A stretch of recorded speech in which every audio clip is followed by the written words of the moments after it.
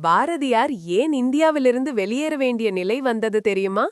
இந்த வரலாறு பலருக்கும் தெரியாது. தமிழ்நாட்டின் மிகப்பெரிய கவிஞரும் சுதந்திர போராட்ட வீரருமானவர் சுப்பிரமணிய பாரதி. 1900களின் தொடக்கத்தில் அவர் எழுதிய கவிதைகள் மற்றும் கட்டுரைகள் பிரிட்டிஷ் ஆட்சிக்கு எதிராக இருந்தன. அவர் இந்தியன் நேஷனல் காங்கிரஸ் ஆதரவு செய்ததும் மற்றும் சுதந்திரத்தை வலியுறுத்தியதும் பிரிட்டிஷ் அரசை கவலைப்படுத்தியது.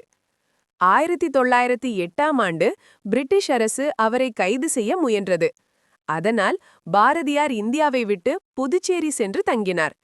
அந்த காலத்தில் புதுச்சேரி பிரெஞ்சு ஆட்சியில் இருந்ததால் பிரிட்டிஷ் அவரை கைது செய்ய முடியவில்லை. அங்கு இருந்தபோதும் பாரதியார் தொடர்ந்து சுதந்திரம், பெண்கள் உரிமை மற்றும் சமத்துவம் பற்றி கவிதைகள் எழுதியார்.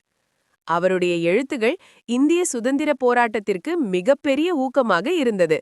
அதனால்தான் சுப்பிரமணிய பாரதி இன்று வரை தமிழர்களால் பெருமையாக நினைவு கூறப்படுகிறார். இந்த தகவல் உங்களுக்கு முன்பே தெரியுமா? காமெண்டில் சொல்லுங்கள்.